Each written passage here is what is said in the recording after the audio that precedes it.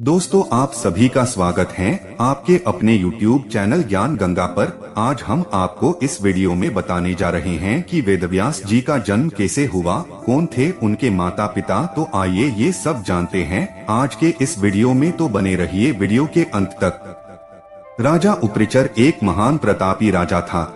वह बड़ा धर्मात्मा और बड़ा सत्यव्रती था।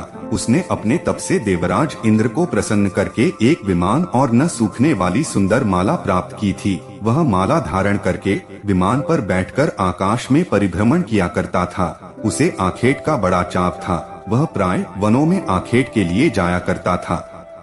उपरिचर की रानी का नाम गिरिका था। गिरिका भी बड़ी सुंदर और पवित्र हृदया थी। वह अपने पति को प्रेम तो करती ही थी, ईश्वर के प्रति भी बड़ी आस्थालु थी। निरंतर भजन और चिंतन में लगी रहती थी।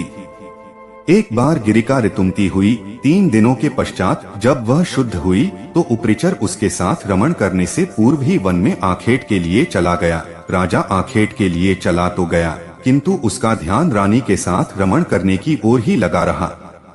दोपहर का समय था। राजा वन में एक अशोक वृक्ष के नीचे बैठा हुआ था। शीतल और सुगंधित हवा चल रही थी। मृदुल स्वरों में पक्षी गान कर रहे थे।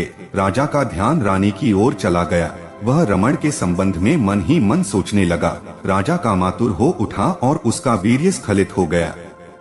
राजा ने सोचा, उसका वीर्य व्यर्थ नहीं जा सकता। उसने अपने वीर्य को एक दोने में रखकर विमान में बैठे हुए बाज पक्षी को बुलाकर उससे कहा, तुम इस दोने को ले जाकर मेरी रानी को दे दो, वह इसे अपने गर्भ में धारण कर लेगी।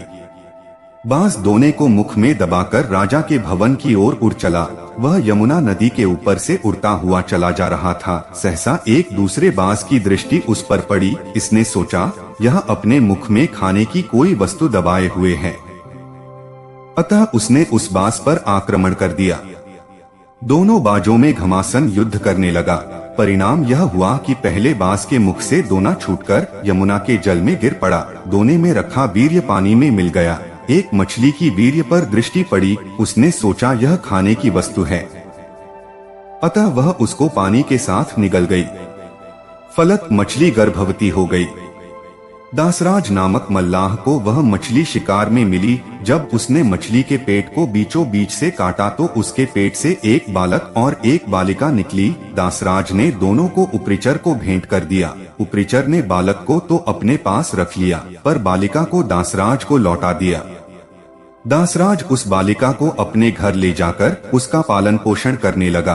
दासराज ने बालिका का नाम सत्यवती रखा। वह मछली के पेट से उत्पन्न थी, इसलिए उसके शरीर से मछली की सी गंध निकला करती थी। अतः लोग उसे मत्स्यगंधा भी कहा करते थे। मत्स्यगंधा धीरे धीरे बड़ी हुई। वह बड़ी रूपवती थी। वह रात्रियों को अपनी नाव पर बैठाकर इस पार से उस पार पहुंचाया करती थी। एक दिन दोपहर के समय महर्षि पराशर वहां जा पहुंचे। वे मत्स्यगंधा को देखकर उस पर मुग्ध हो गए। उन्होंने उससे कहा, सुंदरी, तुम्हें अपूर्व सुख मिलेगा, मैं तुम्हारे साथ रमण करना चाहता हूँ। मत्स्यगंधा ने उत्तर दिया, महर्षि, आप यह कैसी बातें कर रहे हैं? दोपहर का समय है, आसपास लोग बैठे हुए हैं, मैं आपके साथ रमण कैसे कर सकती हूँ? पराशर जी ने योग शक्ति से चारों ओर कुहरा पैदा कर दिया और बोले, अब हमें कोई नहीं देख सकेगा, तू निश्चिंत होकर मेरे प्रस्ताव को स्वीकार कर ले। मत्स्यगंधा पुनः बोल उठी, महर्षि, मैं कुमारी हूँ, पिता की आज्ञा के अधीन हूँ। आपके साथ रमण करने से मेरा कौमार्य नष्ट हो जाएगा, मैं समाज में लांछित बन जाऊंगी। पराशर जी ने उत्तर दिया, तुम चिंता मत करो, मुझसे रमण करने के पश्चात भी तुम्हारा कौमार्य बना रहेगा। गर्भवती होने पर भी गर्भ का चिन्ह प्रकट नहीं होगा। मत्स्यगंधा फिर बोली, एक बात और, मेरे शरीर से मछली की सी गंध निकलती है। आप मुझे वरदान दें कि वह गंध के रूप में बदल जाए और 4 कोस तक फैली रहे। पराशर जी ने तथास्तु कह दिया। फलतः मत्स्यगंधा के शरीर से कस्तूरी की सी गंध निकलने लगी। वह गंध 4 कोस तक फैली रहती थी। अब वह योजन गंधा भी कही जाने लगी। पराशर जी ने मत्स्यगंधा के साथ रमण किया। उनके साथ रमण के फलस्वरूप वह गर्भवती हुई।